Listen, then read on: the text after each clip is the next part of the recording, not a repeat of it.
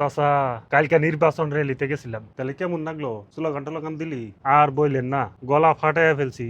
জয় হো জয় হো, আমার নেতা জিন্দাবাদ, আমার নেতার চরিত্র ফুলের মতন পবিত্র। কত অপবিত্র পবিত্র বানাইলাম, তাই কাম ভালোই তো। হঠাৎ এত আগ্রহ রাজনীতির প্রতি। আসলে 1,000 টাকা দিছে তো, টেহার লোভে কত তাই না কন নাগে, বুঝুন নাই কি কস?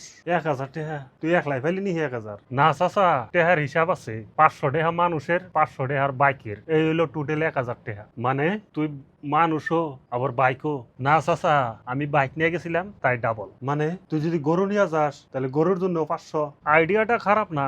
আবার রেলি এলে গরু ছাগল বেড়া সব নিয়ে যাবো, কারণ গরুই তো দেশের রাজনীতি। তো গরু নিয়ে গেলে নিশ্চয় টাকাটা বেশি যাবে। তাহলে তো মানুষে কব তোর চিড়িয়াখানা, কব চিড়িয়াখানার মানুষ গেতাইছে। আর একটা প্ল্যান আছে, আমি নিজেই লাইনে 2বার খারাম, তাহলে ডাবল পয়সা পাম না? যদি ধরা পড়ে যায় তাহলে কি হবো?